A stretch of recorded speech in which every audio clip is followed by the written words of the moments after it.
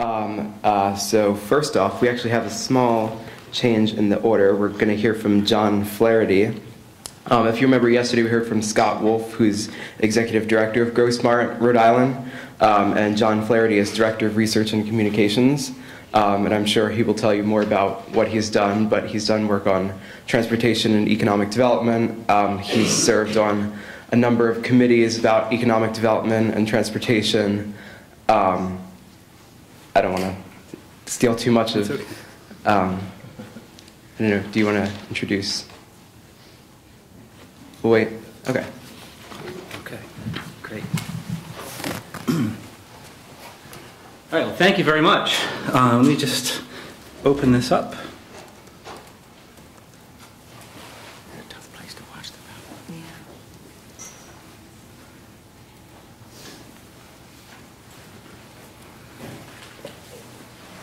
Great. Good morning, everybody. It's great to start off first. So my name is John Flaherty, and I, during the day, work for GrowSmart Rhode Island, and actually during the day work for the Coalition for Transportation Choices as well. But GrowSmart is my full-time paid position, and I co-chair the Coalition for Transportation Choices. And what I was going to spend most of the time today talking about is the CTC, and really the work that the CTC has done in advocating for more sustainable transportation choices. And so what I wanted to do is first just start off giving you the outline, what we're going to talk about, and invite questions in between if you've got clarifying questions, or we can do some Q&A after. So really just to talk about the CTC, how it formed, what it is, who's a part of it, what our priorities are, what we're really most trying to get accomplished in Rhode Island. And by the way, this is focused on the state of Rhode Island. A little bit about how do we move that needle forward? What are the things that we're doing to achieve our goals? And then wrap up talking about some of our progress so far to date. So, in the big picture, what we're really talking about is advocating for a 21st century transportation system. And the things that we're focused on with respect to that are the economy, the environment, and giving people affordable, clean, and healthy transportation choices. We do everything as a coalition at GrowSmart, and CTC is no different. This is just an example of, and I think we may have added a few since this, but we started off with 17 organizations that were part of this coalition, and now we're up to 50. And the thing that is that makes it work so well is that it's a very broad coalition. So we've got business interests, environmental interests, we've got youth, we've got the seniors, we've got public health organizations. And the reason that this is important is because when you eventually advance an idea from a group like this, the decision makers, I think, find it hard to argue when you put something forward that's got the buy-in of so many different organizations. So we're organized with the CTC as a team, and we have received funding from some foundations. Although we have 50 member organizations, our working group is made up of 10 people. And that's the 10 folks who make the decisions for the organization and essentially steer it. And then we're broken into some committees, the most active of which is the Policy and Advocacy Committee. This is the one that develops the ideas to put forward. Other groups, like coalition groups and others, will come to the CTC and vet their own proposals. There's a bill that we did vet and put forward, and it's pending in the General Assembly for a vulnerable road user bill, for example. That came from the Rhode Island Bike Coalition. Communications. We've got folks that are active on this working group that really bring a varied skill set to the table. So we've got an attorney, for example, from the Conservation Law Foundation. He's the person who's drafted our legislation. We've got a guy who specializes in communications. He's our media guy. We've got folks like the Sierra Club that specialize in grassroots organizing. So when you bring all those forces to bear within one organization, you can actually move the ball forward. In terms of our priorities, I'm sure it's going to be no surprise to this group, but we're focused on not only sustaining our existing transit system, but enhancing it. And we're going to hear, I think Rebekah's going to talk about some of the challenges in Chicago about trying to do that at a time when resources are very few. We're also interested in walkable, bikeable communities because if you're going to have better transit, you need to have walkable and bikeable communities because people who are transit riders are also walkers or bikers. And one of the things that we learned that, because this group got started back in 2009, is that to the extent that we can come forward with ideas and proposals that look at transportation in a comprehensive way, as opposed to just saying, we're only concerned about having better bus service. But in fact, we are concerned about having roads and bridges that are in a state of good repair. And I think that when we appear before committees in the legislature, one of the things we heard early on from them is they didn't want to hear us coming in talking about transit, and then somebody else coming in talking about roads and bridges, and somebody else coming in talking about another form of transportation. They wanted to see comprehensive solutions. And so we heard that early on, and there's one example that I can highlight where this makes good sense. For those of you who are familiar with Rhode Island's roads and bridges, there's one in Cranston called the Pontiac Avenue Bridge. And it was out of service for at least a year. And in that time period, the public transit system had to divert pretty significantly as a detour. That detour cost them upwards of $400,000 a year in additional fuel. So you can see how that impacts their bottom line, plus they lost a lot of riders. So we did work together with the DOT and RIPTA, and they did prioritize the repair of that bridge. But that's where you can see the importance of making sure we need to have safe roads and bridges for our transit system as well. One of the things we do is to try to coordinate community buy-in from the very beginning. So we host forums from time to time. This was one that took place a year ago, April, at the Convention Center, and we brought together many stakeholders throughout the community to talk about some of the challenges that we face both in terms of sustaining the entire transportation system, roads and bridges, mass transit, really bringing it together. There's a quote that our state DOT director has used from time to time that we really like. In fact, we've included it in one of our brochures. And he says, transportation only works when it works as a system. And so we're fortunate in Rhode Island. We've got a DOT that we think gets it. They understand the connection between having a multimodal transportation system and a state's quality of life. And so we use forums like this to sort of build the public will that we hope will translate into the political will. Because if you're going to ask for something of decision makers, they need to know that there's backing for it. And so these kinds of forums help to develop that consensus. I mentioned before about we've got different folks who feed into our coalition. The gentleman you see in the upper right-hand corner is Jerry Elmer. He's the staff attorney with the Conservation Law Foundation. He's the person who we turn to draft the bill. And so we developed some ideas for how to sustain transportation investments in our state. And he puts it into a bill, and then we begin talking to individual legislators. We bring it to the governor, and I think that when we can bring these ideas forward and say that these are ideas that have been vetted by a cross-section of the community, it's hard for them to not pay attention to it. And as you'll hear throughout, I'm sure all three presentations, a lot of this is coming down to money. And I've got another slide later that talks. This actually talks to it. This is the federal gas tax purchasing power since 1993. Federal gasoline tax, 18.4 cents per gallon. It's a flat amount. Hasn't changed since 1993, and the purchasing power has gone down by some 80% since then. And there is not a lot of appetite in Washington right now to even consider raising the gas tax. I just heard on the radio this morning, there's a community in California that's hit the $6 per gallon mark. And when you listen to the news, what we're hearing about presidential elections is a lot of it's going to come down to the price of gas. But the problem here is that if we aren't doing anything to keep up with our investments in transportation, which we have not been, we're seeing an erosion of our infrastructure. And you think that in the U.S., just a few short years ago, we ranked number 6 in the world for quality of our infrastructure. We've dropped in the last 3 years down to 16. We're about on par right now with Malaysia. We've been overtaken by South Korea. And if you're following anything in the national news about federal transportation investments in the bill to provide those investments, you can see that it's going to be an uphill battle,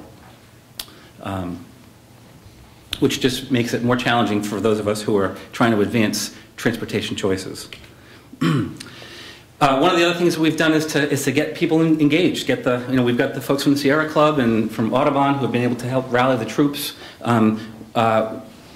RIPTA in Rhode Island is not much different than most other transit agencies around the country. They're all suffering from a lack of resources.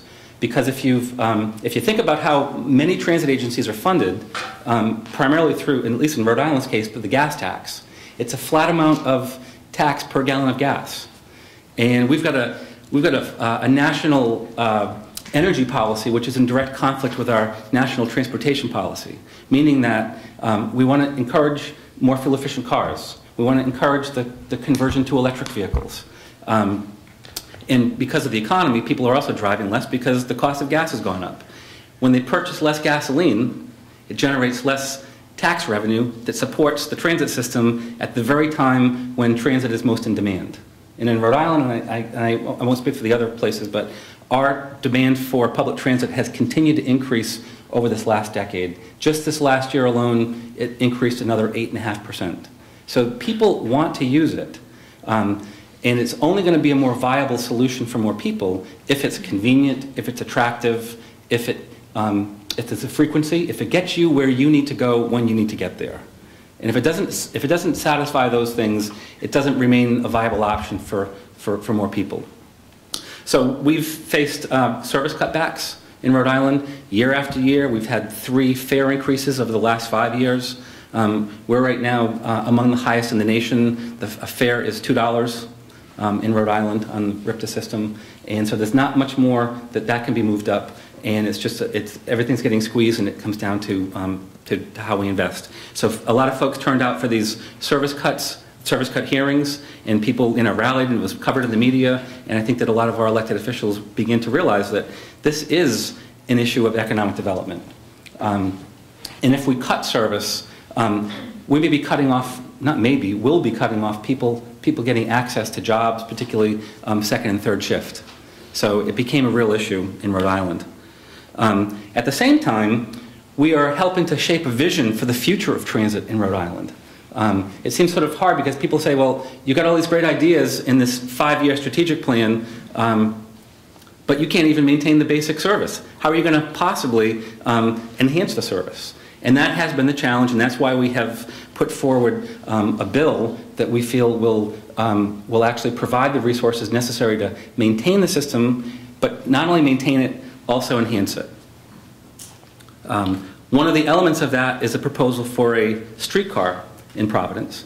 You may have seen around the country there are dozens of them that are in place right now. There are at least 100 cities around the country that are doing what Providence is doing, which is to look at how to make best use of a streetcar system, because it's actually more than just a transit system. It's an economic development tool. I'm not sure that Providence is ready for this yet. This proposal has been on the street and being vetted for the last couple of years. How it's going to be funded remains a big challenge, and there's been talk about doing local assessments and so forth for property owners along the stretch that it serves. It's very controversial. We're proposing this at a time when the economy is still in deep trouble. In Rhode Island in particular, we've got the 3rd highest unemployment rate in the country. So it's, and folks are squeezed. So we've got to figure out how that's going to get funded before that's going to get moved forward. In terms of our engagement with cities and towns, this is where we talk about complete streets. And complete streets is this national movement. The idea is to design streetways, roadways and streets that accommodate all users of the streets, not just motorists. motorists too, but also pedestrians, bicyclists, transit riders who need to walk from stop to stop, the disabled, seniors. I mean, if you look at the demographics, more of you in your demographic range are driving less. You're delaying getting your license, and there's actually, I had this figure here from the census, which I think is just a really interesting sign. In 1995, you in the 21 to 30-year-old range drove 21% of all the vehicle miles traveled in the country. 21%. In 2009, that decreased to 14%. So that demographic is just driving a lot less. And that's also consistent with the move back into cities. People, particularly in your age category, want to be back in vibrant downtown areas where you can easily get to places. You don't have to take a car to get everywhere you need to go.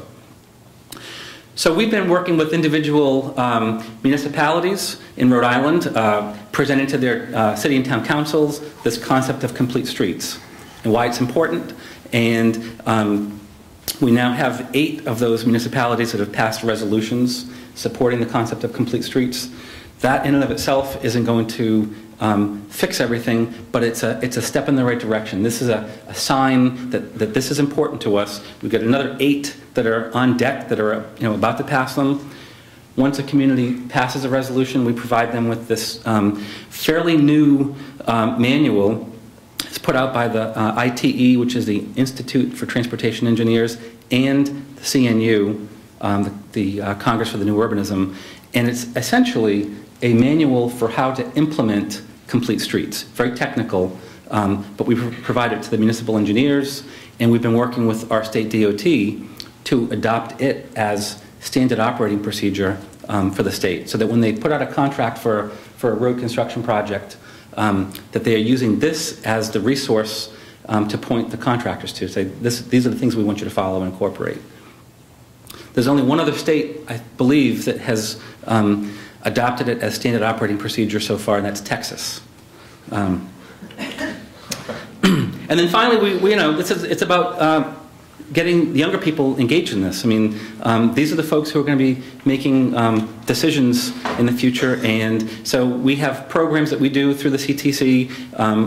There's an International Walk to School Day in the fall every year. There's also other days, there's National Dump the Pump Day and other kinds of programs. And so we get out and we work with schools. And Audubon Societies, which one of our working group members has traditionally worked with schools, and so they're a sort of local expert within the CTC to advance this.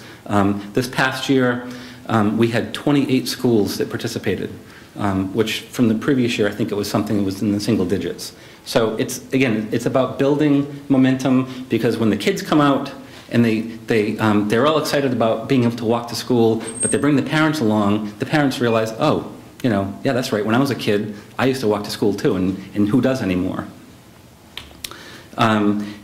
There's some element of education to our campaign as well. This is, pretty straightforward. I mean, if you look at the US on the left, we have the lowest % of people that walk or bike or use transit, and we also have the highest rates of obesity. This is a problem that the public health community is well aware of, and we're trying to do our part to connect the two, so that folks realize that there are things we can do to solve some of these broader problems that we have.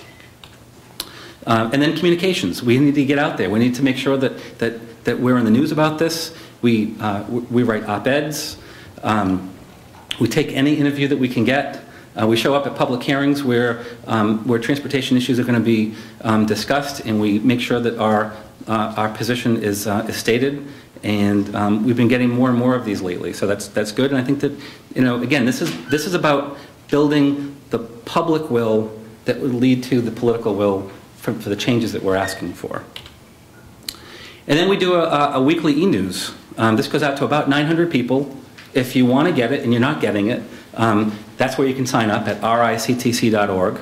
And this is once a week we put out an email about something of relevance, whether it's a bill that's advancing through the General Assembly, a hearing, a success, a challenge, We also use it for educational purposes so that folks understand things like how we fund transportation or don't, and why it's important. And then wrapping up, this is our progress to date so far. We've been doing this since 2009.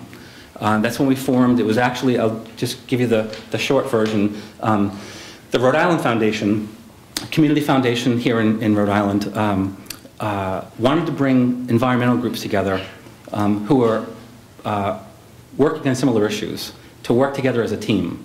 And they were the first ones that actually provided some seed money.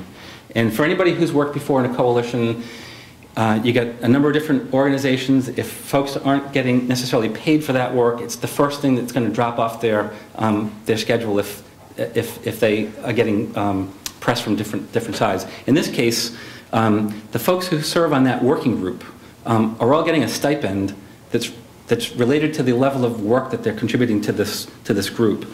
And it is important because for an organization like the one I work for, GrowSmart, we work on issues that are related to the broader perspective of sustainable economic growth, vibrant, walkable, mixed-use town centers, urban centers, safeguarding our natural resources, affordable housing. But we can work on issues to the extent that we've got funding to do it. And we tend to work on those issues where there is some funding that supports our work. So that's why it's important that the CTC is funded. We have been influencing transportation decisions. We've been doing that through our participation on a number of committees. I actually served on the RIPTA Strategic Planning Committee that put forth that 5-year strategic plan. Other folks, we've got folks who are active on something called the TAC in Rhode Island, the Transportation Advisory Committee, which influences and makes decisions on which kinds of projects to fund in the state, transportation projects. And just getting folks to turn out. We've built this network now. When something comes up, we need to get a petition signed, it gets out there, and people recognize the CTC, and we're able to facilitate that level of public support. We talked a little bit about complete streets already. That's a movement that is just continuing to go forward. And if you look nationally at the number of complete streets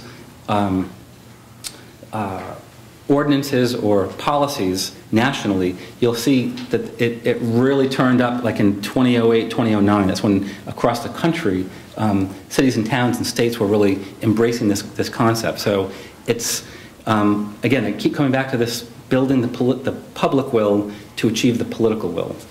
And then Safe Routes to School, actually that should have been Safe Routes to School International Walk to School Day, just that more and more of these school kids are getting engaged.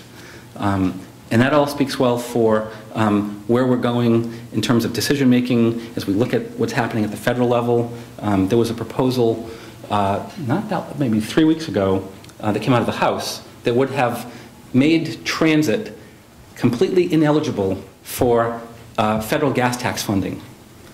That was something that was made possible back during the Ronald Reagan's term, where they used the gas tax to fund roads and bridges as well as to fund transit. And there was a proposal to just completely eliminate it.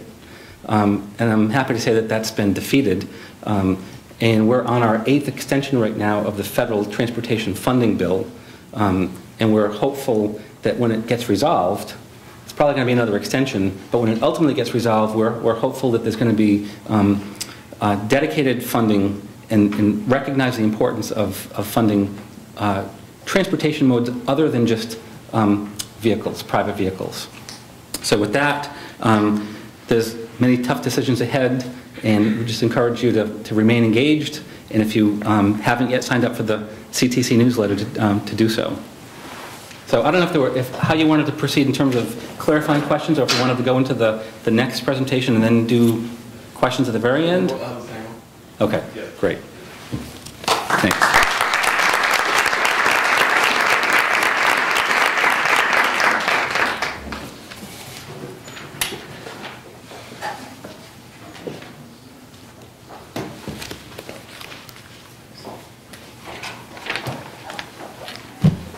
Thank you, Mr. Flaherty. I'll now introduce our next speaker of the day, Mr. Brian Leary. Mr. Leary is President and CEO of Atlanta Beltline, Inc. This over $3 billion project will provide a network of public parks, multi-use trails, transit, public art, and thousands of units of affordable housing along a historic 22-mile corridor that circles the heart of Atlanta. And the project will connect over 45 neighborhoods directly to one another. Prior to joining the Beltline, Brian oversaw the design and development of Atlantic Station, the largest urban brownfield redevelopment in the nation, and its 13.5 million square foot master plan. After joining the team in 1997, he developed a master plan to a national model for smart growth in the urbanism, and he has also led a coalition to create a $2 billion alternative energy and energy efficiency program for the U.S. Treasury and EPA. Prior to Atlantic Station, Brian worked for Atlanta's downtown development organization, Central Atlanta Progress. He's a graduate of Georgia Tech's College of Architecture with an undergraduate degree in architecture with minor concentrations in land development and real estate, and holds a master's degree in city planning from Georgia Tech. He's been published nationally and is also taught at Georgia Tech. Please welcome Mr. Brian Leary.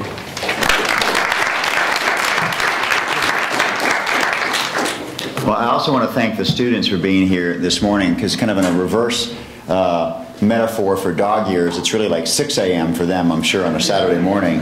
And I know Pierce can relate with, had the benefit of a 3 a.m. fire alarm this morning. So Pierce, I want to thank you for thinking of the Atlanta Beltline and me for this amazing conference. Couple things. It's interesting not having the same personal connection to the off the hill reference that this conference is titled for, being so connected to Brown and RISD and kind of College Hill. But it really struck home with Atlanta. You know, Atlanta is a very kind of insecure place that's really envisioned itself as the city on the hill, particularly in the southeast. And by most accounts in the last, say, 5 to 10 years, we've kind of fallen off that hill too. So it was a really good timing to kind of talk about this title. So if you look at Atlanta, my dad is actually a little old. It would probably even look worse now in terms of the nature of growth. Atlanta's been growing significantly. At one point, Atlanta was consuming about 110 acres a day for development. At that rate, Chris Leinberg of the Brookings Institute called Atlanta the fastest growing civilization in the history of humanity. It's not the kind of superlative you typically can see as being sustainable. But as we stretch upward and outward, the Atlanta region is now 110 miles north to south. You can fit the entire state of Delaware in that. And so because we have the world's busiest airport, a lot of folks in Atlanta are consultants. A lot of them travel week in and week out, and a lot of them live in the northern suburbs. And so as I've spoken around the region, I can see some kind of mouths drop open when I talk about you could either commute from your suburban home to the airport, you know, kind of twice a week, fight traffic, and then get on a plane to go someplace, or you could drive the scenic state of Delaware, the whole length almost. So pretty amazing. As we stretch farther out, we have to drive farther distances as well. And so as a region, I threw this slide together some time ago, we drive 110 million miles a day as a region. I didn't know how far 110 million miles was. It's enough to go from the Earth to the sun, turn around and start coming back. Every day the region does that. And as more I started to look at these trends, I've been in Atlanta 20 years, I'm originally from the DC area. And in fact, my family immigrated to this country right here in Rhode Island, so it's great to be kind of back among the family, so to speak. But this doesn't seem sustainable. Right? This is the kind of thing that kept going off in the back of my mind that maybe we should do something different. And a lot of it relates to transportation, and that is what I want to talk to you about, this amazing project that I have the opportunity to work on. Transportation is not about moving people. The goal is not moving people. The goal for transportation is economic development. Always has been.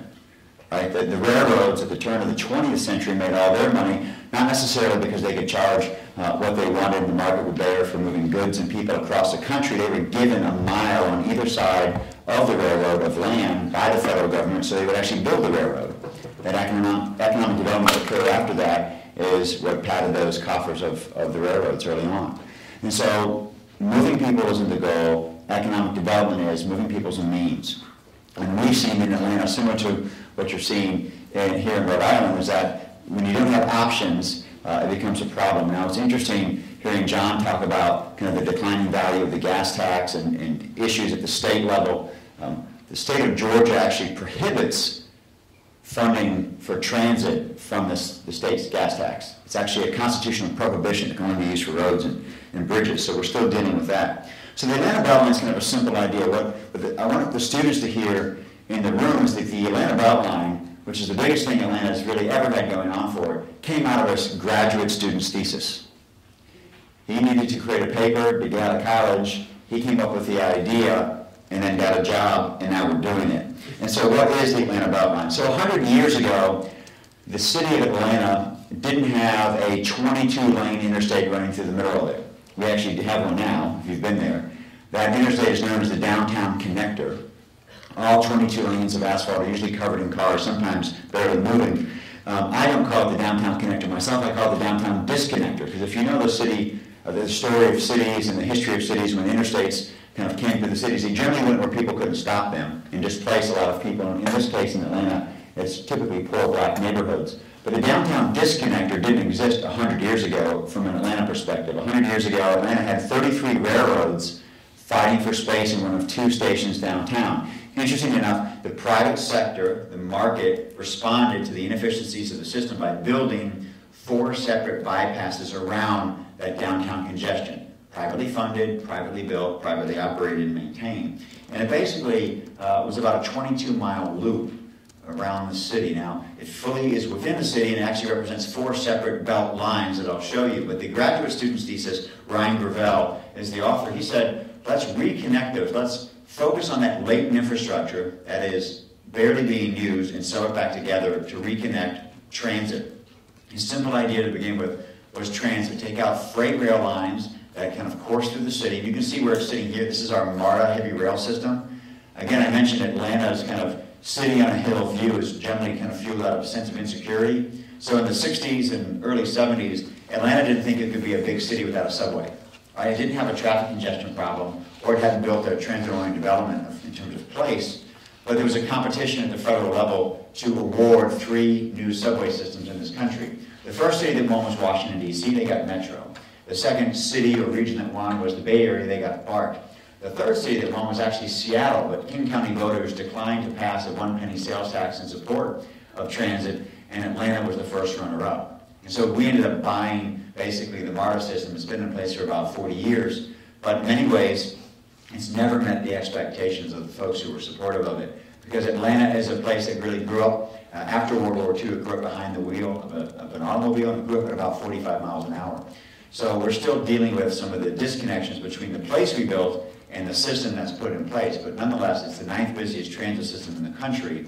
And metaphorically, to me, it's that skeleton in the front of your biology professor's classroom. Right? It lets you stand erect. It's skeletal, it's structural, but there's no connective tissue, there's no heartbeat. And that's a problem for Atlanta, but it will serve Atlanta very well over the next, say, 30 years. So the simple idea of the Atlanta Beltline from a transit standpoint is to reuse these freight rail lines for new transit for people that connects to that existing MARTA heavy rail subway system and provides that connective tissue that it doesn't have, connecting to 45 different neighborhoods that aren't connected right now. So you can see it's in various states of activity. If you think of the Atlanta Beltline as a clock, we have purchased basically or have under control 50%, say from noon to about 3:30, and then from 6 to about 9:30 on that clock, we have under long-term control. And this is actually kind of what the Atlanta Beltline looks like in actual real shape, as you can see in the city. And then there's no way you can read this map on the far right. It sits in my office and it's 11 feet tall. But I want to give you a sense of scale. It's a 22-mile loop around the city, 45 different neighborhoods. And we also made a point that if we're going to build a new transit system, we want to deal with the problems that MARTA had, right? Again, MARTA built a very expensive, heavy subway system, but then we didn't have the land use measures in place to support transit. And in many cases, the urban fabric itself, either legally or not, was created to keep you away from transit. And so talking about John's point about complete streets, the Atlanta Beltline is a $3 billion project.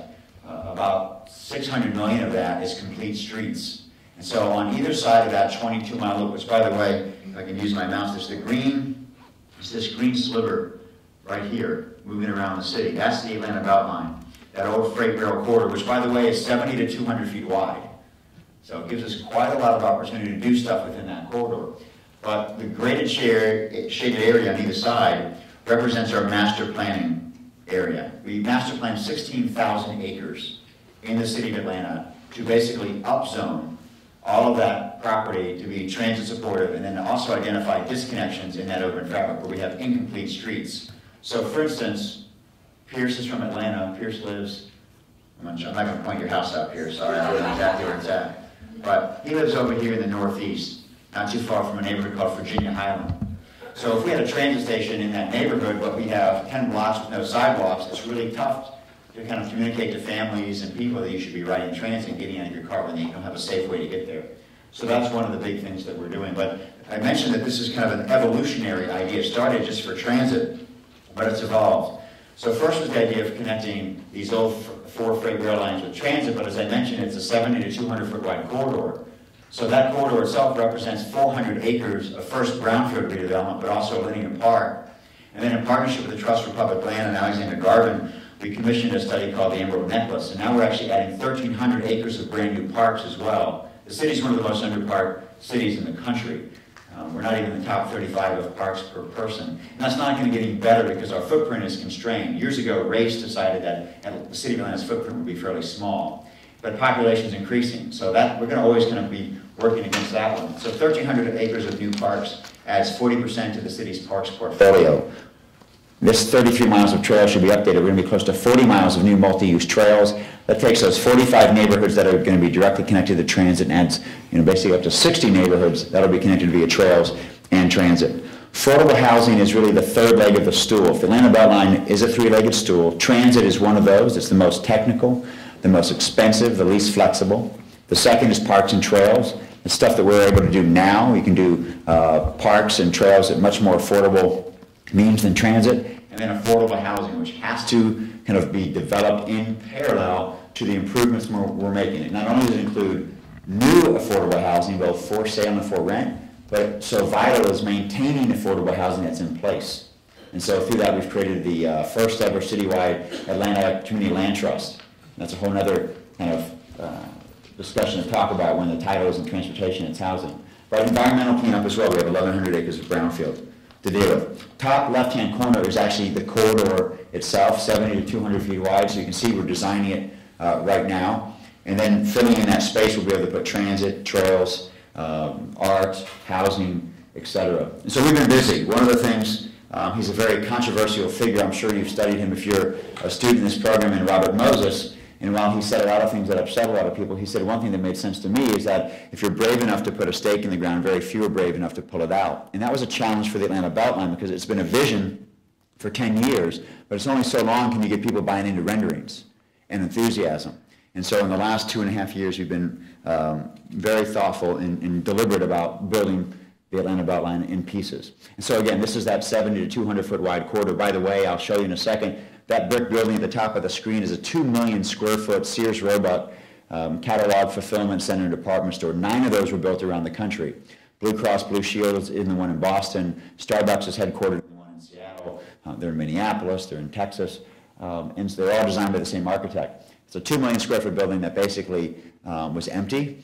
The city bought it in the early 90s for $12 million and occupied about 10 to 15% of it and spent close to $1 million a year keeping the rats out, the lights on, and from burning down, and generating zero in taxes, right, because it's on the city's tax roll. And so through the Atlanta Beltline, we were able to actually deal with some of the issues in the neighborhood related to flooding, and that building's since been sold to a private developer. The same developer owns Chelsea Market in New York, and they're putting $200 million of their own money into that, and that's going to bring in mixed income housing and development. So it's a nice story. But this is what this same corridor will look like later this summer. So we're under construction right now in this area. We've remediated this part of the Atlanta Beltline. We actually are installing the multi-use trail right now that you see here, and this opens this summer. And then hopefully if we pass our transportation referendum, we'll have the ability for the first time in the history of the region to vote on a 1 penny sales tax this July 31st. If that passes, we'll have a 10.1 mile project for transit, which includes transit right here. It's a $658 million project. So what have we been doing in the last 2.5 years? And that transit project I told you about is highlighted in blue on the underlying map. We've been building parks and we've been building trails. Just want to give you an idea of kind of what those look like. This creek you see on the left used to be in a very small pipe. The city put it in a small pipe in the 50s, and it wasn't a problem when it was dry, but it seemed like every time it rained, that little creek became a big creek and it didn't like the little pipe and flooded this neighborhood. This is Dr. King's neighborhood, the old 4th Ward. And those floodwaters ended up in the basement of that big brick building that I talked about which kept the city from being able to sell it. So we came in, we daylit the stream, really focused on stormwater management, took a $40 million problem the Department of Watershed had as related to stormwater overflow and flooding, and then built a $25 million storm detention facility that became the centerpiece of an amazing park. We built the city's first skate park. If you recognize any skateboarders, that's Tony Hawk in the bottom left-hand corner. We were the largest recipient of the Hawk Foundation, the Tony Hawk Foundation. We got $25,000 from him. And I kind of teased him at the opening. Not only did we get $25,000, Tony himself marked up our plans. He said, move this, change that. We ended up pricing out, it was $300,000 worth of work. So I said, Tony, thanks for the $25,000 check and the $300,000 worth of changes. And he felt terrible. He said, oh my God. I said, don't worry, we did what we could afford. But the one thing you see that's not typical to a skateboard park is the top right-hand corner. We're very, very thoughtful about the impact all this new infrastructure will have on the city's operating budget. One of the things we heard from our philanthropic foundation investors were, if we're going to give you $1, we want to make sure the city can maintain that once it's in place. And so one of the largest costs for maintaining parks in the city of Atlanta is the bill they pay to the electric company. And so while we add 40% to the city's parks portfolio, we didn't want to increase the parks annual budget for maintenance by 40%. So we are doing our best to make our parks energy cost neutral. This park on the south side, D.H. Stanton Park, which actually is a really sad story about this park, it is the first energy cost neutral park we think in the southeastern United States. So this photovoltaic array in the bottom left-hand corner generates enough electricity that we sell back to the grid to offset the cost. Little story here, those that really understand Community Development Corp. This is a neighborhood called Peoplestown, just south of the baseball stadium where the Braves play. In the early 1990s, the city paid a contractor to clean up a landfill that was in this spot and build a park. The contractor took the money and just built the park. Didn't clean up the landfill. Now, it wasn't an issue in the first few years, but as that, basically debris underneath started to decompose and it started to off-gas, it became a problem when a little girl burst into flames going down a slide in this neighborhood in this park. And so this neighborhood was kind of wounded from this park, from their experience with the city. And so as we came in kind of representing city interests, the joke is, we're here from the government, we're here to help. That wasn't the way to start that conversation. And so with a lot of partnership, the Arthur Blank Family Foundation, we found $500,000 to build this baseball diamond. We remediated the site, took about $1.5 million just to clean up the landfill that was still under the park. It's energy cost neutral park. We commissioned a piece of sculpture, and through this partnership with the neighborhood, they founded something called Friends of Peoplestown Park. This neighborhood did not even have a working neighborhood association before this, and now through their love and adoption of this park, the neighborhood is organizing other things like a kind of a baby city sharing program and stuff like that too. So you can see what parks can do for neighborhoods. This is south of an area called Grant Park. We didn't have the money to build this 20-acre park. We had enough money to remediate 2 industrial pad sites and put in ball fields, and then in partnership with Trees Atlanta, we dealt with one of our big invasive species, which is kudzu. If you've ever seen it, kudzu is, covers the earth basically down in the south. So we brought in 30 different goats, and they knocked out 2 acres in 2 weeks. So we're going to do one more year of that, and we'll probably, this is part of our organic treatment of invasive species. We also are bringing sheep in to deal with Chinese privet. So we're real focused on innovation and being organic. Those that are into parks, we actually are trying to deploy the first organic land care program across a city of this size anywhere. The real highlight of our parks is over on the west side. This is an old quarry, and this quarry was purchased by the city. We're going to fill the quarry up with water, and it'll provide an emergency supply of drinking water for about 30 days for the city of Atlanta, which is a big deal because right now we have 3 days of supply. It's also a big deal because drinking water is worth more than gasoline per gallon, and you may have read over time that Atlanta has been running out of water. Now, not so much the city, but the region. It's basically, from a climatology standpoint, a rainforest, but we have the smallest kind of drinking cup that collects that rain. It's basically the size of a Dixie cup to say New York's, like keg, if you will. Use the beer analogy. And we've been blessed that we can keep filling up that Dixie cup, but when it stops, it gets empty pretty quick. And so Atlanta is kind of taking the lead, the city has, on kind of protecting water resources. Then around this big hole in the ground is a 300-acre park. So we were talking earlier, I think next to New York City getting Governor's Island, this is probably one of the largest single park additions to any city in the country. And so you can see this is just a fantastic park. And then we're doing trails as well. I mentioned this is connecting 3 neighborhoods that were disconnected. These neighborhoods did not have sidewalks, and this trail gets those neighborhoods connected and then connects down to the Atlanta Beltline. Public-private partnership all the way. We have a nonprofit 501c3 organization called the Atlanta Beltline Partnership, who's raised $40 million privately. They also claim some of the original ownership on the grassroots movement, so that way we have that connection to where we came from as well. But even, art is something that we're advancing. Art is something you can do with a low amount of dollars with a fairly large impact. This wall was in the West End neighborhood, which is a historic neighborhood. If you've ever read the stories of Brer Rabbit, they were written in the West End neighborhood. This wall was covered in graffiti until we came in and did a mural with the neighborhood, with the artist, and it hasn't been tagged since. So you can see we've been active in the Atlanta Beltline, and that's it. It's tough to kind of talk about a 20-year project in a few minutes, but I think I came in right on my number, and I'm going to turn it over to my next partner here on the panel. But thank you guys for having Atlanta's little project up here in Providence. Thanks.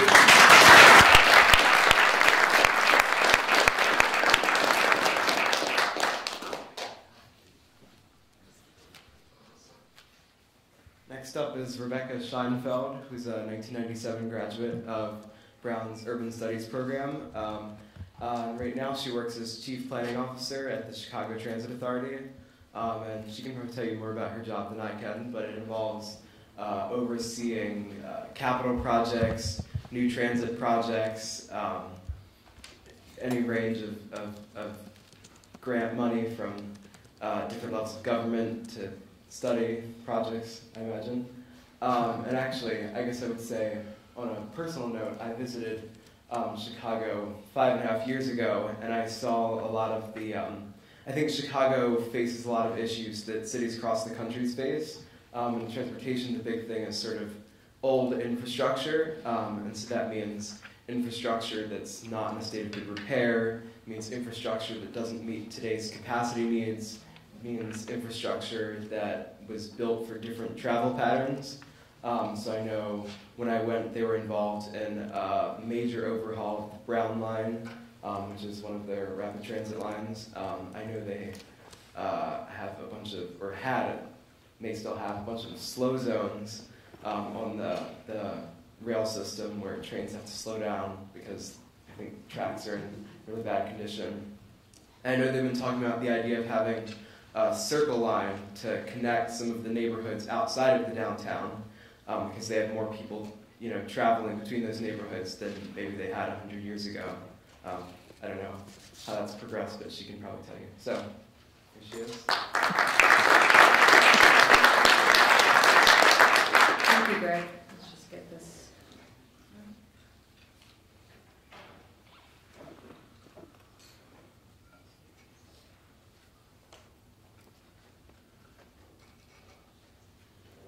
Okay. As Greg mentioned, I am a graduate of the Urban Studies program here, and a proud one.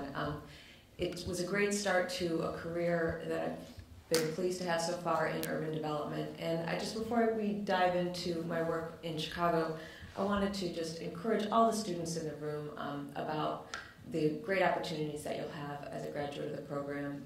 In the spirit of the interdisciplinary nature of urban studies, I've certainly followed that path in my career and been lucky to work in a number of policy areas. I did not start out in transit.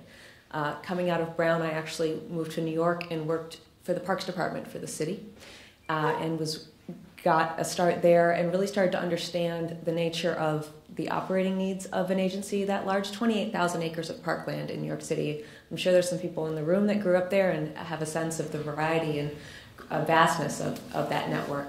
But I also started to learn more about the importance of design and construction of public space and making that usable and leveraging that in coordination with other parts of government, both at the state, local, and federal level, as well as across silos within the city, let's say between parks, between transit, between the city's other operations, environmental management. After that, I moved back to Chicago, which is where I'm from. Hope there's someone else in the room, at least from Chicago. Greg mentioned you visited. I'm very pleased. Hope some of you spend time there or at least visit in the future. After I left New York, I then went into public housing development in the private sector, and I was involved in development of mixed use, mixed income, and mixed finance public housing through the Hope 6 program that HUD funded. And there I continued to learn the importance of the intersection and coordination between housing, open space, transportation, job centers, etc. After that, I went back to grad school, and again, in the interdisciplinary spirit, I did a joint business and law degree. I then I worked as a lawyer doing government law for a number of years, focused a lot on infrastructure development and financing of infrastructure, public-private partnerships around infrastructure.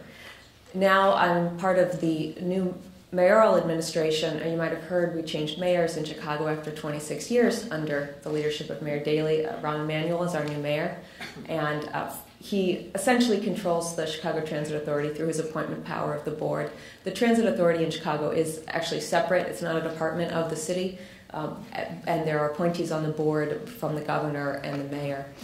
Forrest Claypool is our current president, and I had worked with Forrest through my capacity at the law firm. He's been a public servant for a long time, and he asked me to come over and join the team.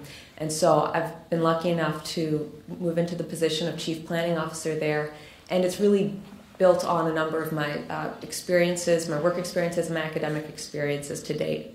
And so as we go through this, I hope I can kind of show you how that weaves into it.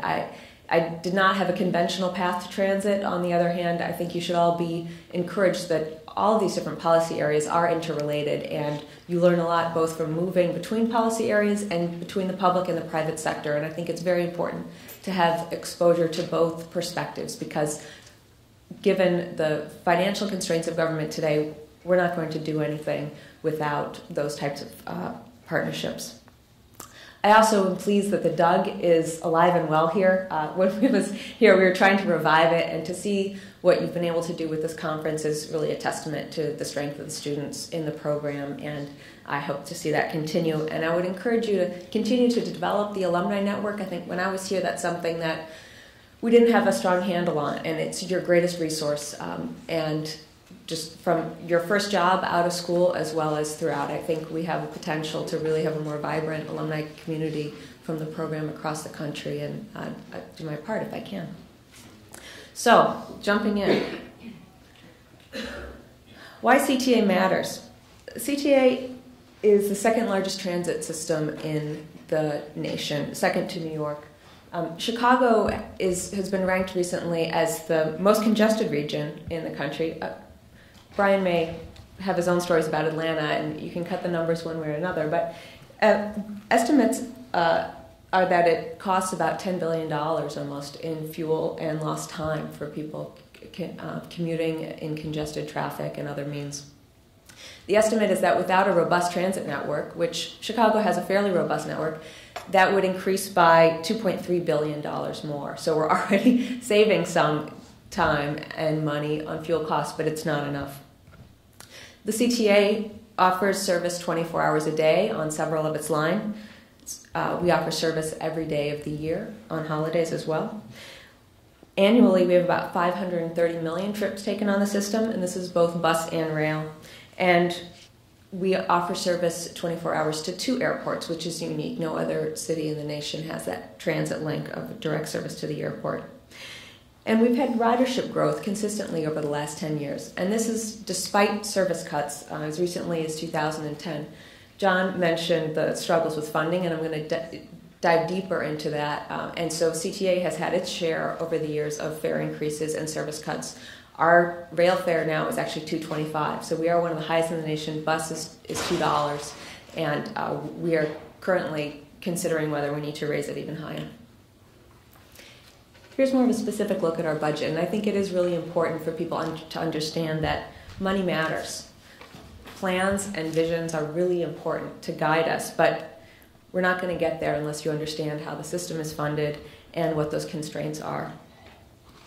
CTA is definitely a resource-constrained agency. We are in many ways, you could say, a poster child of the state of transit in the U.S., both the good and the bad. We have a lot of ambition. We're also carrying an aging workforce, an aging unionized workforce, which is very expensive. We have a huge infrastructure that's been built. Parts of it are over 100 years old and in a significant state of disrepair. On the operating side, and again, this is a nuance I started to learn as an undergrad, and it will serve you well if you pay attention to it, the limits between operating and capital budgeting for any government agency. On the operating side, We have an annual budget over $1 billion. For 2012, it's $1.2 billion. And this revenues to support the operations come from system-generated revenues, including fare box receipts, payments for passes, as well as non-fare box revenues. We continue to grow our advertising on the system and our concession spaces, using space within our built facilities for concession and stores and the like. We are very dependent. So the system-generated revenues by legislation have to account for at least 50% of our operating costs. The other half of our operating budget comes from actually a very undiverse number of sources. We are heavily dependent on sales tax revenues.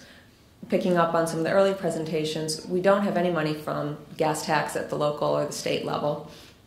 We have, in their wisdom 3 years ago, in one of our doomsday cycles of funding, people thought it would be a great idea to tie transit to the real estate transfer tax. Obviously, that hasn't worked out so well in the last couple of years. So we really have structural deficits in our system. And what's been happening is every 3 to 4 years, people throw up their hands, they go to our capital in Springfield, and there's sort of a stopgap measure. But we don't have a structurally sound budget. And that's in many ways because of the disinvestment coming from the federal government and the uncertainty of those funds coming forward in the future. Political struggles in Illinois between upstate and downstate, Chicago and urban areas versus kind of the rest of the state and more rural and suburban areas. And so we have these ups and downs, and it makes it very difficult to plan. Going into this 2012 budget year, we're facing nearly a $300 million deficit. So it's a new administration coming in trying to figure out what's on the table, what are the opportunities, and how do we cut. We had to make choices very quickly. We're also in this year, the 5-year labor agreement, collective bargaining agreement is up, and so that's going to be a major focus of our efforts.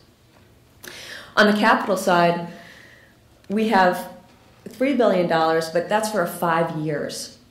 We actually have about a $10 billion need in our capital system, just to bring that up to a state of good repair. Greg mentioned this, and just not to modernize our system fully, not to replace in kind, but just to keep it operating safely and soundly and reliably.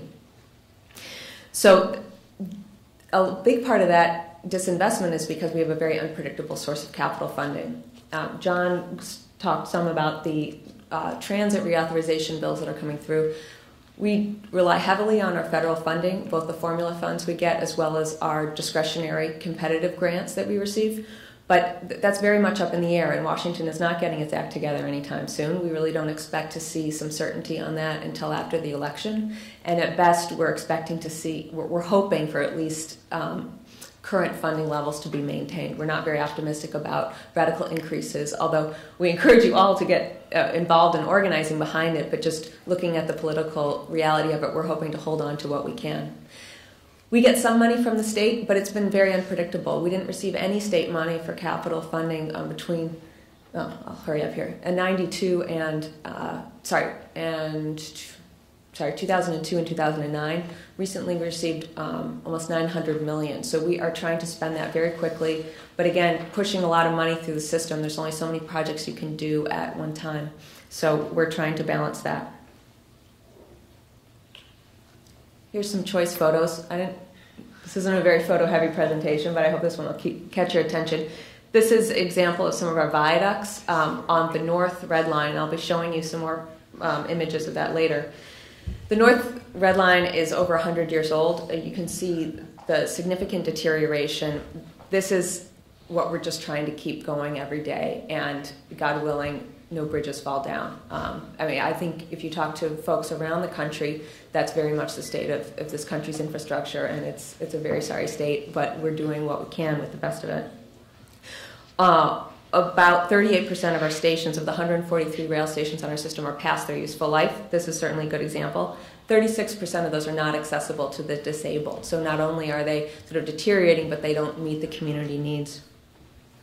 These are all also in very highly developed, mature corridors. Transit serves as a backbone for linking people from their homes to their jobs, to the services, to their education. And so when we talk about trying to reinvest in these facilities, and make changes to them, they have a very big impact on the community. I think Brian talked a lot about the benefits that can be added in some of these more undeveloped areas around the freight lines. We are working in a very tight corridor in a lot of a lot of parts of our system, and with limited resources. So we need to be really smart and efficient and opportunistic as well, as you noted, with the unpredictable funding stream. So whatever we can get, we're trying to use in the most efficient way. And so just to reiterate that, our priorities looking forward for the next 4 years and beyond is to do everything we can to invest in the system to bring it into a state of good repair. To do that, we have to pursue a lot of innovative funding strategies, since our traditional sources of state and federal and even local funding is both inconsistent and insufficient. At the same time, we have modest plans for expansion of new service, and we have to look at ways to do that at a low cost. The Red and Purple Modernization Project is, those photos that we looked at before are on the north branch of the Red and Purple line. This is almost a 10-mile stretch from just north of downtown to up to Evanston, which is the suburb just north of Chicago. It's a very mature corridor. This is built on earthen embankment. It's not all elevated structure. The sort of iconic L line in Chicago is elevated steel. A lot of this line actually is old freight elevated, earthen embankment. We are planning for the full reconstruction of this line. To give you a sense of the cost, Brian mentioned before, what is it, 22 miles for the Beltline, $3 billion? We're talking $4 billion plus for this, and this is only not even 10 miles. It's 9.5 miles long, but it's because we are so tightly knit into the fabric of this very developed community. So it's a blessing and a curse in terms of how flexible we can be with approaching that reconstruction. There's also no current FTA funding stream that would pay for a project of the scale. The New Starts program, some of you may be familiar with, is one of the largest sources of capital funding for transit systems, but that's for new starts. We are trying to get an old starts or a restarts version of that, and that would be very helpful for this project. But barring that, and again, nothing is going to reach certainty in Washington for a while, we're looking at other innovative funding streams to try to support this project. We've engaged a team of financial advisors to help us assess opportunities for public-private partnerships to develop at least portions of this line. That could be everything from engaging the private sector to design and build the line and finance it through maybe some sections for operation and maintenance in the private sector. But that's something that would be a policy change for the CTA. We're also looking a lot at trying to capture the value of development rights around our line, as well as to capture the value of the improvements to the line. So the benefits and the value of real estate around the line are really driven by the value of transit service. And so we're looking at opportunities for tax increment financing sources or other types of value capture methods. One last thing I'll say about this is people talk a lot about transit-oriented development, but we're also thinking about this as development-oriented transit. So we're going to have to create a footprint here. We're going to have to take some acquisitions. But how do we do that in a smart way so that it encourages development in an integrated way afterwards, and you don't end up with a lot of sort of awkward open spaces that aren't developable? Another big project is on the south end of the Red Line. The current Red Line ends at 95th Street, but that's not the city limits. There's a large population on the south side, very transit dependent, 95% minority, low income, that currently relies on bus service to reach the southern terminus of the Red Line and then to get downtown and to other job centers. As an example, this is a 5.3 mile extension. The cost estimate is about $1.5 billion. So you can see that reconstruction is actually much more expensive than new construction. But we do have a priority to try to bring what we have already into good repair before we are trying to expand service, which not only do we not have the money to pay for the construction of, but as John and Brian mentioned, there's the cost of operations and putting more burden on your operating budget. The third thing I wanted to highlight that we're doing is we're exploring options for bus rapid transit. Some of you may be familiar with this. The idea is to have more of an enhanced bus system than traditional local buses. So having a bus that operates more like rail, perhaps on fixed guideways, stops less frequently, and has prepaid boarding or other elements that improve travel times through the corridor. And Greg mentioned the Circle Line project. This graphic that you have here shows sort of a master plan for BRT implementation in Chicago. And the idea is to use BRT in a way to mimic where connections that we need that we might have otherwise done with the heavy rail project. The Circle Line is something that has been studied. We've spent about $9 million studying it. There's no money. As you can see, we're, what I was just talking about, we're not close to implementing a whole new heavy rail line. And so we are looking at ways to mimic the connectivity and intermodal connections that we would achieve through a Circle Line through BRT. So this Western Ashland project here, this one north-south, goes the whole length of the city, and that would connect multiple spokes of both the CTA's transit and bus lines as well as the suburban commuter rail lines. That's called Metra. The two other projects that are in the planning stage, we have the Jeffrey BRT on the south side. That's going to be kind of BRT light. It's our first experiment with BRT, and we're installing transit signal priority at the intersections. We have some queue jumps, and we have some fancier sort of stops, built out stations, and then we're going to half-mile spacing as opposed to traditional eighth of a mile spacing between bus stops. And then there's also an east-west connector downtown. That'll be like a downtown circulator. This is the last slide. I want to note a couple other sort of intermodal and energy efficiency priorities that we have and initiatives that we have. There's a lot of the funding that's available from the federal government for buses really prioritizes hybrid fuels and hybrid technology for buses. So we're looking to increase our fleet of articulated hybrid buses, so that's using less fuel as well as having larger capacity using the articulated 60-foot buses as opposed to the standard 40-foot buses. We also are doing a lot to try to connect bikes and buses. So we have bike racks on the front of our buses, the bike and ride program. We have a lot of bike storage at our stations. The city's also rolling out a bike sharing program. We have a new transportation commissioner in the city who is really innovative, came from DC, is focusing a lot on bikes. So Brian was mentioning, and John was mentioning, Complete Streets. We are doing a lot to roll out dedicated bike lanes in the city, and so that's going to be an important thing to coordinate with transit. Lastly, we are also developing intermodal connections with car sharing. It's sort of the last mile concept of you can get people to these fixed stops on transit, and then how do you get them that last mile to their home or to their job?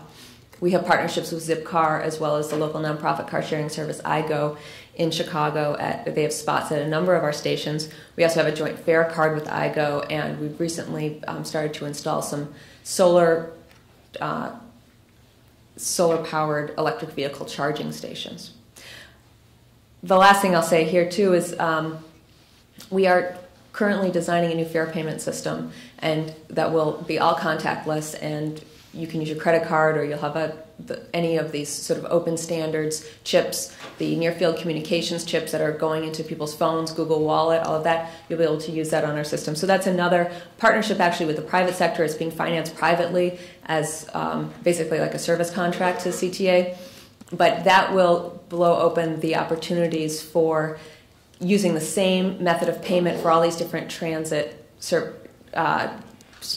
modes. So car sharing, you could imagine using the same card for checking out your car, and car sharing for checking out a bike at the bike sharing station, for then going on to your local rapid transit or your suburban commuter rail. So that's a big push that we have to bring universality to the fare payment methods in the region and encourage those intermodal connections. That's it.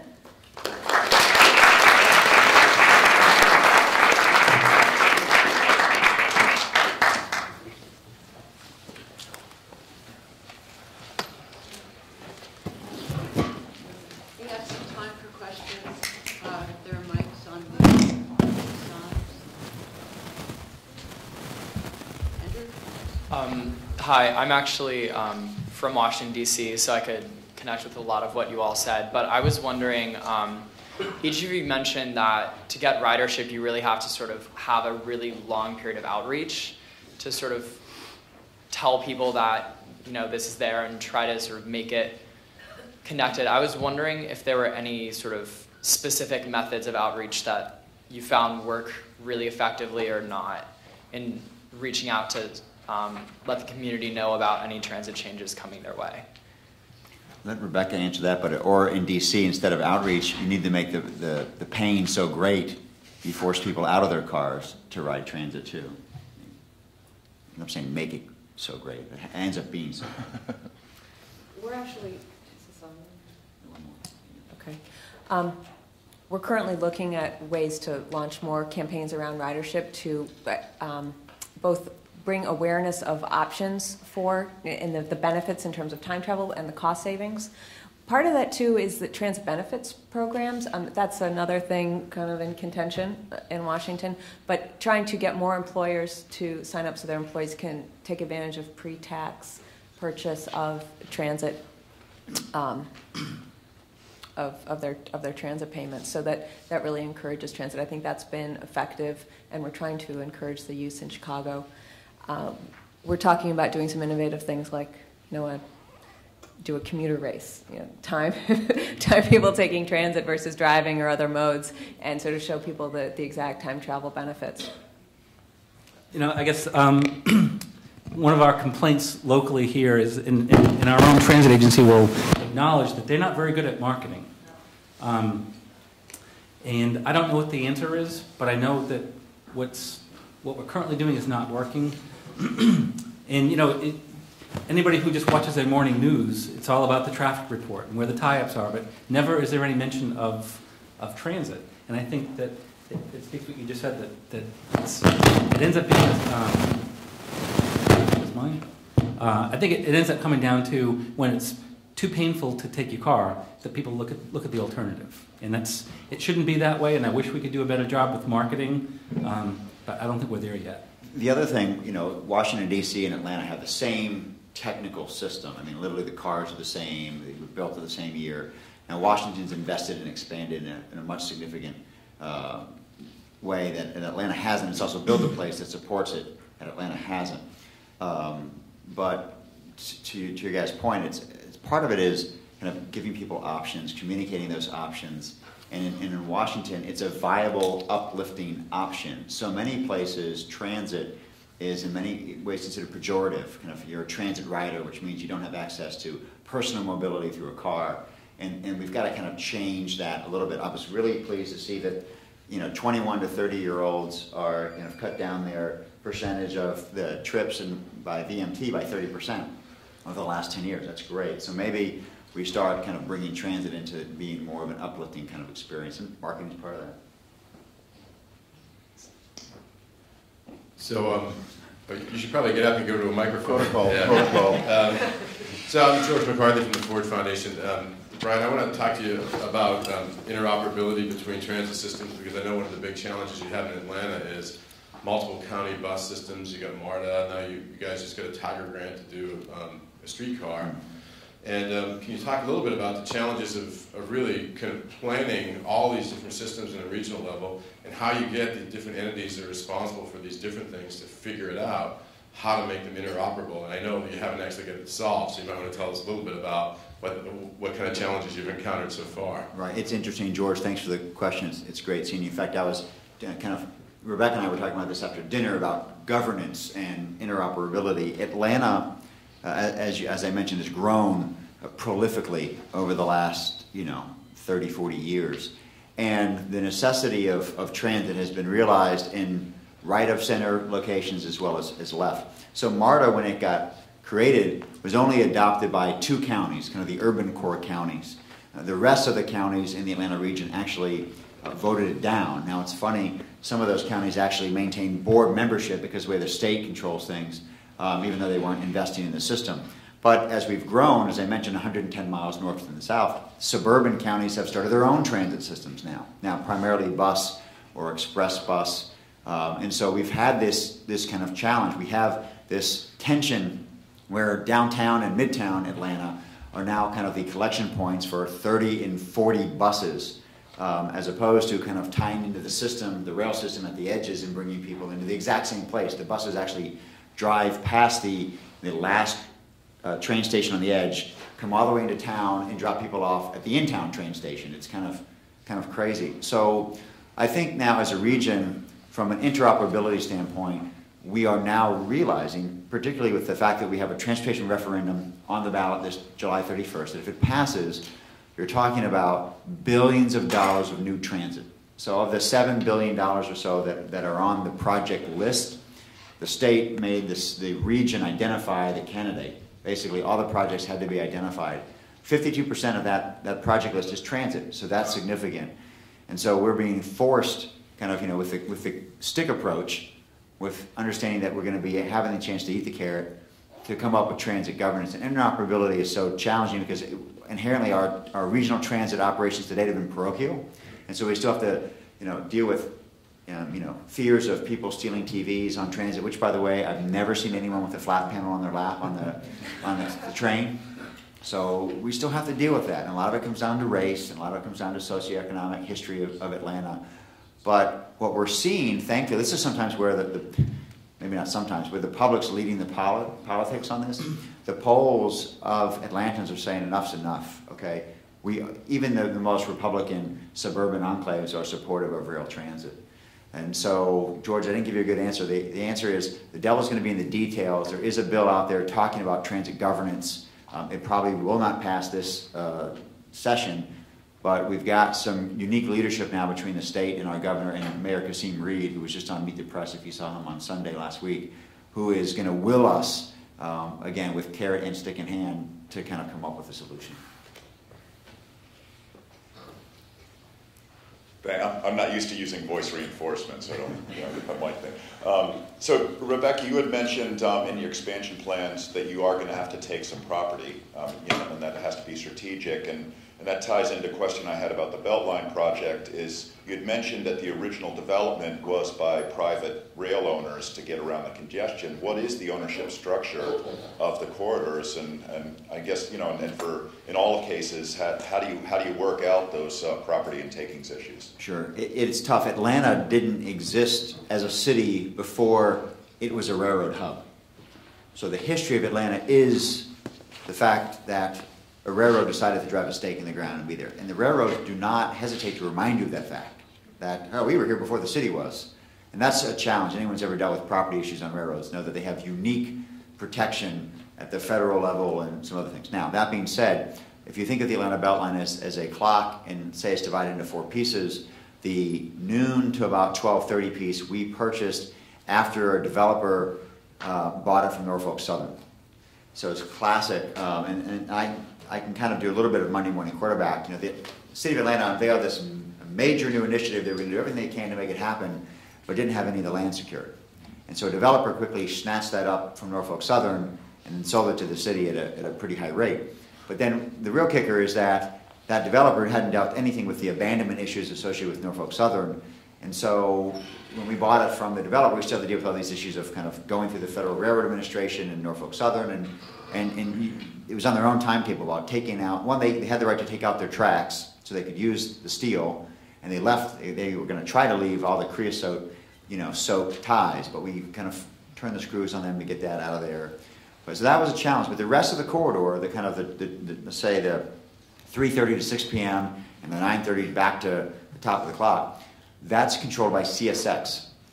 Now the good thing is the, say, 3:30 to 6 p.m. piece, that's CSX spur line that carries 2 trains a week serving a sand plant that serves concrete, the concrete industry. We're working to actively relocate that industrial user onto CSX somewhere else, so that way their customer will disappear on one line, they keep the business on the other line, and then they have the ability to sell it to us. But it's such a long process. Railroads are tough. I mean, I bet you've got some really good experience with that. I think we looked to Chicago to figure out how to work with the railroads and get passenger rail on their corridors. But what we're hearing in general is don't even plan on it. 60% of all the freight traffic that comes to Atlanta is from the port of Savannah, which is one of the fastest growing ports in the country, and so we're going to be very protective of that, I think. Let me just add, in comparison, for the Red Pearl modernization project that I described on the north, there's potentially hundreds of different acquisitions and different owners that we'll have to deal with. So we're obviously studying that carefully with our different alternatives for the corridor redevelopment to try to minimize that, because that's a significant time as well as cost impact. On the south, for the extension project that I noted at the south end of the red line, there we're actually looking to parallel an existing Union Pacific right-of-way. And there are some studies to see if we could relocate that active train line to another underutilized CN line. But again, all of those negotiations with the freight lines take a long time, and they expect significant payout to reorganize their service. So, there's some really neat opportunities to use old corridors or underutilized freight corridors, but it's really slow in the going. And so I have a lot of empathy for you doing that in the whole big 22-mile circle. Well, the other thing, not to get into the weeds, but if you'll relate to this, is that even if we had the money and we knew what we needed, in some ways we can't go get it in terms of property until a fairly rigorous federal process has been completed through the environmental impact statement, Tier 1, Tier 2, and you can't be opportunistic. So what you have to do is kind of wait till all of this is somewhat baked, the world knows about it, and then you're going to go out and negotiate, which is not the best way to do things. But I understand why it's in place, but that's another challenge. Do we have time? Last question. Can I ask you to keep your answers short if we take the last question? It's a yes or no question. I have a question for Ms. Scheinfeld. Thanks for coming out here. I know Chicago is far away. I appreciate being educated. But you mentioned as a potential source of funding the reauthorization of collective bargaining. And I was wondering what your push on that exactly was. What were your plans with that? My point with that is that we have 5-year labor agreements, and so the last one was negotiated at sort of the height of the boom, and that has locked us into certain labor costs, and we're in this new economic context, and it's our year for renegotiating that long-term contract. So coming up with ways to save money through that contract is going to be a big driver in terms of lowering our operating costs. And it's not that it should be just on the back of labor, but that we come up with more efficient work rules. There's a lot of things in the system that's sort of like a ship with a lot of different barnacles that have built onto it. So we're really trying to work with the main labor unions through the collective bargaining process to come up with sort of cleaning up the system and coming up with something that's more streamlined and more predictable, so we can reduce our overtime and budget more effectively. We've made a lot of cuts through our management staff and budget as well, and so we're trying to parallel what we're asking of labor as well. But it's a significant issue. That's one reason why I went into the detail on the deficits that we're facing on our operating budget. So we're asking labor to be a partner in that. Thank you.